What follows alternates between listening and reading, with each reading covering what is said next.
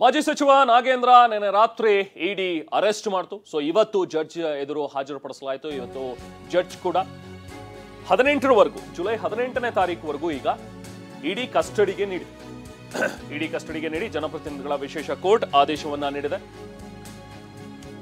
ವಿಶೇಷ ಕೋರ್ಟ್ನ ಜಡ್ಜ್ ಸಂತೋಷ್ ಗಜಾನನ ಭಟ್ ಅವರು ನ್ಯಾಯಮೂರ್ತಿಗಳು ಆದೇಶವನ್ನ ನೀಡಿದ್ದಾರೆ. ಬೆಂಗಳೂರಿನ ಸಂಪಿಗೆಹಳ್ಳಿಯಲ್ಲಿರುವಂತಹ ನ್ಯಾಯಾಧೀಶರ ನಿವಾಸದಲ್ಲಿ ಇವತ್ತು ಅವರನ್ನ ಹಾಜರುಪಡಿಸಲಾಗಿತ್ತು. ಇವತ್ತು ಬೆಳಗ್ಗೆ ಜಡ್ಜ್ ಮುಂದೆ ನಾಗೇಂದ್ರ ಅವರನ್ನ ಹಾಜರುಪಡಿಸಲಾಯಿತು. ಹೆಚ್ಚಿನ ವಿಚಾರಣೆಗಾಗಿ ಜುಲೈ 18ರವರೆಗೆ ಇಡಿ ಕಸ್ಟಡಿಗೆ ಕೇಳಿ ಹೆಚ್ಚಿನ ವಿಚಾರಣೆ ನಡೆಸಬೇಕಾಗಿದೆ. ಹಾಗಾಗಿ ನಮಗೆ ಕಸ್ಟಡಿಗೆ ನೀಡಿ ಅಂತ ಹೇಳಿ ಇಡಿ ಅಧಿಕಾರಿಗಳು ಕೂಡ ಮನವಿಯನ್ನ ಮಾಡಿದ್ರು. ಅದರಂತೆ ಈಗ 18ನೇ ತಾರೀಕುವರೆಗೂ ಕೂಡ ಸಚಿವ ನಾಗೇಂದ್ರಗೆ ಇಡಿ ಕಸ್ಟಡಿಗೆ ಒಪ್ಪಿಸಲಾಗಿದೆ.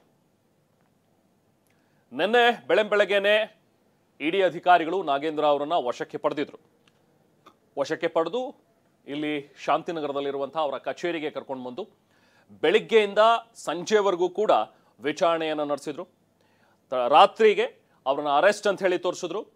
ನಂತರ ಅವರನ್ನ ಜಡ್ಜ್ ಮುಂದೆ ಸಹಜವಾಗಿ ಹಾಜರುಪಡಿಸಬೇಕಾಯಿತು. ಸೊ ನಿನ್ನೆನೆ ಅವರನ್ನ ಮೆಡಿಕಲ್ ಎಕ್ಸಾಮಿನೇಷನ್ಗೆ ಕರ್ಕೊಂಡು ಹೋಗಿ ಮೆಡಿಕಲ್ ಟೆಸ್ಟ್ ಎಲ್ಲವೂ ಕೂಡ ಮುಗಿಸಿದ್ರು.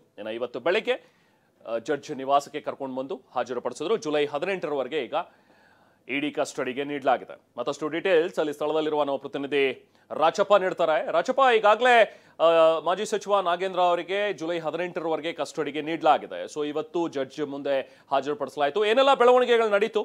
ನಿನ್ನೆ ರಾತ್ರಿ ಅವರನ್ನ ಅರೆಸ್ಟ್ ಅಂತ ತೋರಿಸಿದ್ದು, ಅದಾದ ನಂತರ ಅವರಿಗೆ ಮೆಡಿಕಲ್ ಎಕ್ಸಾಮಿನೇಷನ್, ಸೊ ಇವತ್ತು ಹಾಜರುಪಡಿಸಿದಂಥ ರೀತಿ, ಸೊ ಇದೆಲ್ಲವೂ ಕೂಡ ಪ್ರೊಸೀಜರ್ಸ್ ಹೇಗೆಲ್ಲ ಸಾಕ್ತು, ಏನ್ ಡೀಟೇಲ್ಸ್ ಇದೆ ಈಗ?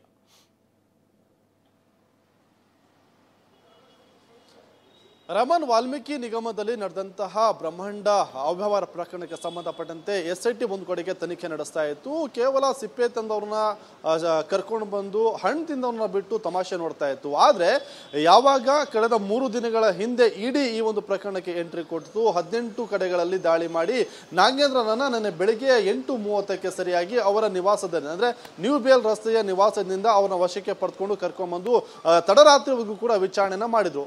ಈ ಸಂದರ್ಭದಲ್ಲಿ ಅವರು ಈ ಇಡೀ ವಾಲ್ಮೀಕಿ ಅವ್ಯವಹಾರದ ಹಗರಣದಲ್ಲಿ ಭಾಗಿಯಾಗಿರುವಂತಹ ಹಿನ್ನೆಲೆಯಲ್ಲಿ ರಾತ್ರಿ ಅವರನ್ನ ಬಂಧನ ಮಾಡಿದ್ರು. ಬಂಧನದ ಬಳಿಕವಾಗಿ ರಾತ್ರಿ ಬೋರಿಂಗ್ ಆಸ್ಪತ್ರೆಗೆ ಕರ್ಕೊಂಡು ಹೋಗಿ ವೈದ್ಯಕೀಯ ಪರೀಕ್ಷೆಯನ್ನು ಕೂಡ ಇಡಿ ಅಧಿಕಾರಿಗಳು ನಡೆಸಿದ್ರು.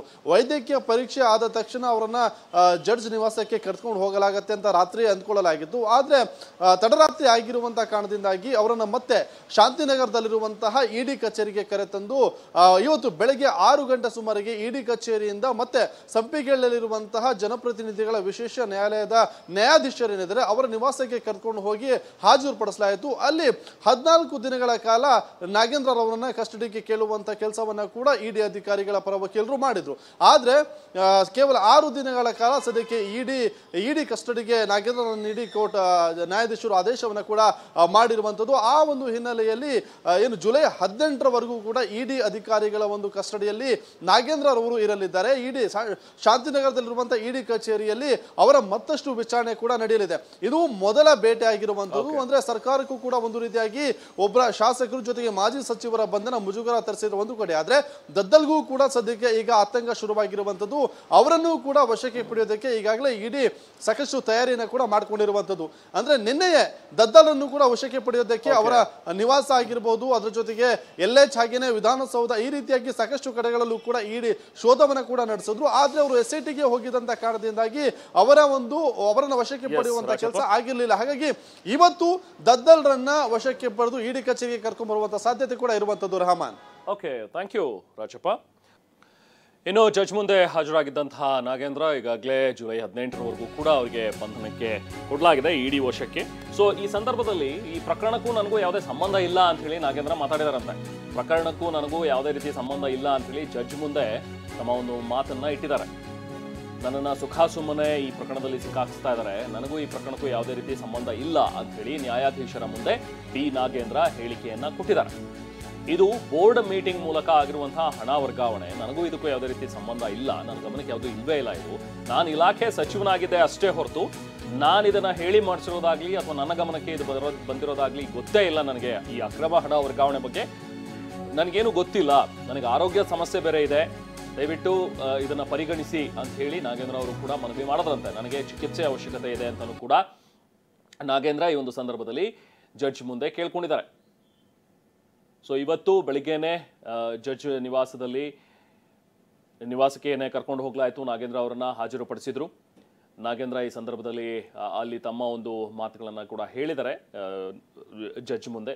ಸಂತೋಷ್ ಗಜಾನನ ಭಟ್ ನ್ಯಾಯಮೂರ್ತಿಗಳು ಅವರ ಮುಂದೆ ತಮ್ಮ ಒಂದು ಅಳಲನ್ನು ಕೂಡ ತೋಡ್ಕೊಂಡಿದ್ದಾರೆ. ನನಗೆ ಆರೋಗ್ಯ ಕೂಡ ಸರಿ ಇಲ್ಲ, ಚಿಕಿತ್ಸೆ ಅವಶ್ಯಕತೆ ಇದೆ, ನನಗೂ ಈ ಪ್ರಕರಣಕ್ಕೂ ಸಂಬಂಧ ಇಲ್ಲ, ವಿನಾಕಾರಣ ನನ್ನನ್ನು ಸಿಕ್ಕಿಸಲಾಗಿದೆ ಅನ್ನೋ ಎಲ್ಲೋ ಮಾತುಗಳನ್ನು ಕೂಡ ಹೇಳಿದ್ದಾರೆ. ಬಟ್ ಈಗಾಗಲೇ ಇಡಿ ಅಧಿಕಾರಿಗಳು ಇನ್ನಷ್ಟು ವಿಚಾರಣೆ ನಡೆಸಬೇಕು ಅಂತ ಹೇಳಿ ಮನವಿ ಮಾಡಿದ್ರಿಂದಾಗಿ 14 ದಿನಗಳ ಕೇಳಿದ್ರು ಇಡಿ ಅಧಿಕಾರಿಗಳು. ಬಟ್ 6 ದಿನಗಳು ಮಾತ್ರ ಈಗ ನ್ಯಾಯಾಧೀಶರು ಅನುಮತಿಯನ್ನು ಕೊಟ್ಟಿದ್ದಾರೆ. ಸೊ ಹಾಗಾಗಿ ಈಗ ಜುಲೈ 18ರವರೆಗೂ ನಾಗೇಂದ್ರ ಇಡಿ ವಶದಲ್ಲಿರ್ತಾರೆ.